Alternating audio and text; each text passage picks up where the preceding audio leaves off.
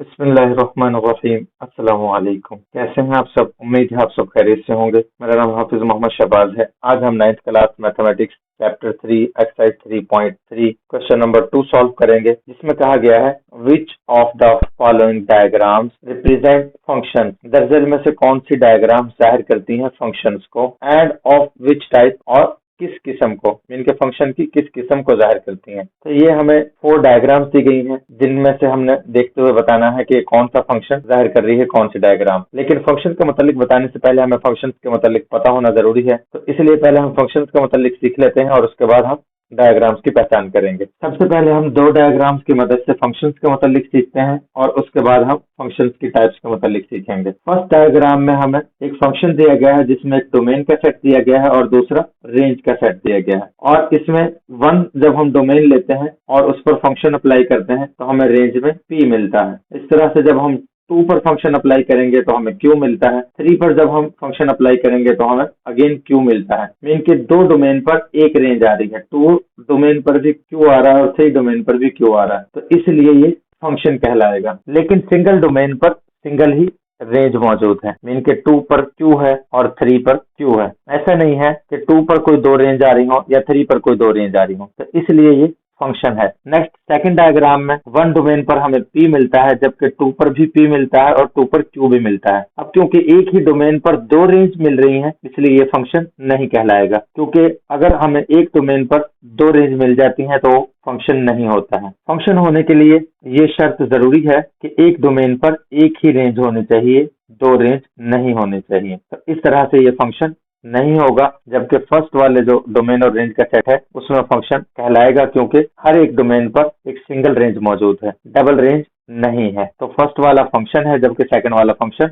नहीं है। अब क्योंकि हम फंक्शन के मुतालिक सीख चुके हैं कौन सी डायग्राम फंक्शन को शो करती है और कौन सी डायग्राम फंक्शन को शो नहीं करती है, अब हम फंक्शन की टाइप्स के मुतालिक सीख लेते हैं। पहले सीखते हैं ऑनटो फंक्शन के मुतालिक। फर्ज करें हमारे पास 2 सेट मौजूद हैं, एक सेट ए है और दूसरा सेट b है, और हम इस पर ऑनटो फंक्शन अप्लाई करते हैं, और ऑनटो फंक्शन को सबजेक्शन भी बोलते हैं। और इसमें जब हम x डोमेन देते हैं तो हमें 1 रेंज मिलती है। इस तरह से जब हम y डोमेन देते हैं उस पर भी हमें 1 रेंज मिलती है। z डोमेन देते हैं उस पर हमें 2 रेंज मिलती है, और w जब डोमेन देते हैं उस पर हमें 3 रेंज मिलती है। अब क्योंकि हर एक डोमेन पर कोई ना कोई रेंज मौजूद है, लेकिन रेंज में से कोई भी नंबर नहीं बचा है। मीन के रेंज वाला जो सेट b है उसमें कोई भी नंबर एक्स्ट्रा नहीं बचा है, तो उस वक्त ये फंक्शन ऑनटो फंक्शन कहलाएगा, यानी कि सबजेक्शन फंक्शन कहलाएगा। और दूसरा ये है कि अब अगर हम ए सेट एक लेते हैं और दूसरा बी सेट लेते हैं, एक्स पर 1 रेंज आती है, वाई पर भी 1 आती है, जी पर 2 आती है, डब्ल्यू पर 3 आती है, लेकिन ये सेट बी हमारे पास 4 डिजिट्स का है, जिसमें हमारे पास 4 डिजिट मौजूद है, और 4 रेंज पर हमें कोई भी डोमेन नहीं मिलती है, इसलिए ये फंक्शन ऑनटो फंक्शन नहीं कहलाएगा। इसलिए हम लिख देंगे नॉट अ सबजेक्शन। और जो फंक्शन ऑनटो नहीं होगा वो इनटू फंक्शन होगा, इसलिए ये फंक्शन इनटू फंक्शन कहलाएगा। तो इस तरह से आप याद रखिएगा कि ये इनटू फंक्शन है और ये ऑनटो फंक्शन है। उसके बाद हम 1 to 1 फंक्शन के मुतालिक बाइजेक्टिव फंक्शन के मुतालिक सीख लेते हैं दरअसल 3 डायग्राम्स की मदद से। तो फर्स्ट डायग्राम हम देखते हैं, ये इंजेक्शन फंक्शन है, यानी कि 1 to 1 फंक्शन। 1 to 1 फंक्शन को हम इंजेक्शन फंक्शन भी कहते हैं। इसमें क्या होता है कि हर इनपुट के लिए आउटपुट मौजूद होती है। मीन के हर डोमेन के लिए रेंज मौजूद होती है अलग अलग से। मीन के एक डोमेन पर 2 रेंज नहीं आ रही, तो इसलिए ये फंक्शन तो है, साथ ही इसमें हर डोमेन पर सिंगल रेंज मौजूद है। मीन के ऐसा नहीं है कि 2 डोमेन पर एक ही रेंज मौजूद हो, जैसा कि पिछली मिसाल में हमने देखा है। अब हम ऑनटो फंक्शन सबजेक्शन फंक्शन देख लेते हैं कि हमने सबजेक्शन फंक्शन ये पढ़ा था कि हमारे पास हर डोमेन के लिए रेंज मौजूद है और 2 डोमेन पर एक ही रेंज भी मौजूद है, लेकिन रेंज में कोई भी नंबर हमारे पास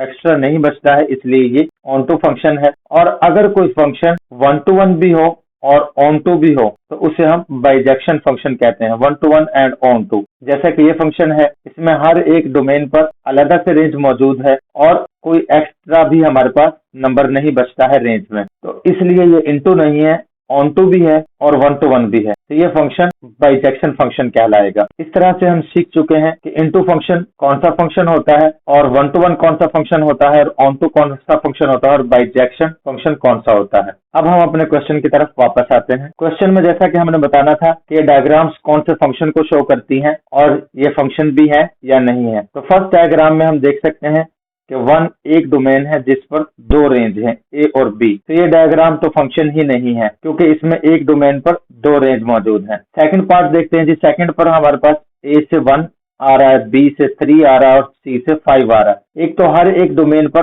अलग से हमें रेंज मिल रही है और दूसरा हमारे पास एक्स्ट्रा भी कोई नंबर नहीं बच रहा, इसलिए 1 to 1 फंक्शन भी है ये और साथ ही ऑन टू फंक्शन भी है। 1 to 1 इसलिए है कि हर एक वन डोमेन पर वन रेंज मौजूद है और ऑन टू इसलिए है कि कोई एक्स्ट्रा नंबर रेंज में नहीं है, इसलिए ये ऑन टू भी है। तो ये हमारा फंक्शन जो है ऑन टू फंक्शन भी है, 1 to 1 फंक्शन भी है, इसलिए ये बाइजेक्शन फंक्शन कहलाएगा। क्योंकि जब ऑन टू भी हो और 1 to 1 भी हो तो उसे हम बाइजेक्शन कहते हैं। नेक्स्ट डायग्राम में भी सेम इसी तरह से है कि हर एक इनपुट पर आउटपुट मौजूद है और कोई एक्स्ट्रा आउटपुट भी नहीं बच रही है, इसलिए ये फंक्शन भी हमारा बाइजेक्शन फंक्शन ही कहलाएगा क्योंकि ये 1 to 1 भी है और ऑन टू भी है। थर्ड डायग्राम में हमें 1 पर x दिया गया है और m पर भी x दिया गया है, n पर z दिया गया है। इसका मतलब है कि हर डोमेन पर डिफरेंट रेंज मौजूद नहीं है और 1 पर भी x मौजूद है रेंज और m पर भी x रेंज मौजूद है और एक एक्स्ट्रा रेंज में y मौजूद है, हमारे पास एक्स्ट्रा नंबर एक बच जाता है, इसलिए ये ऑन टू फंक्शन तो नहीं कहलाएगा।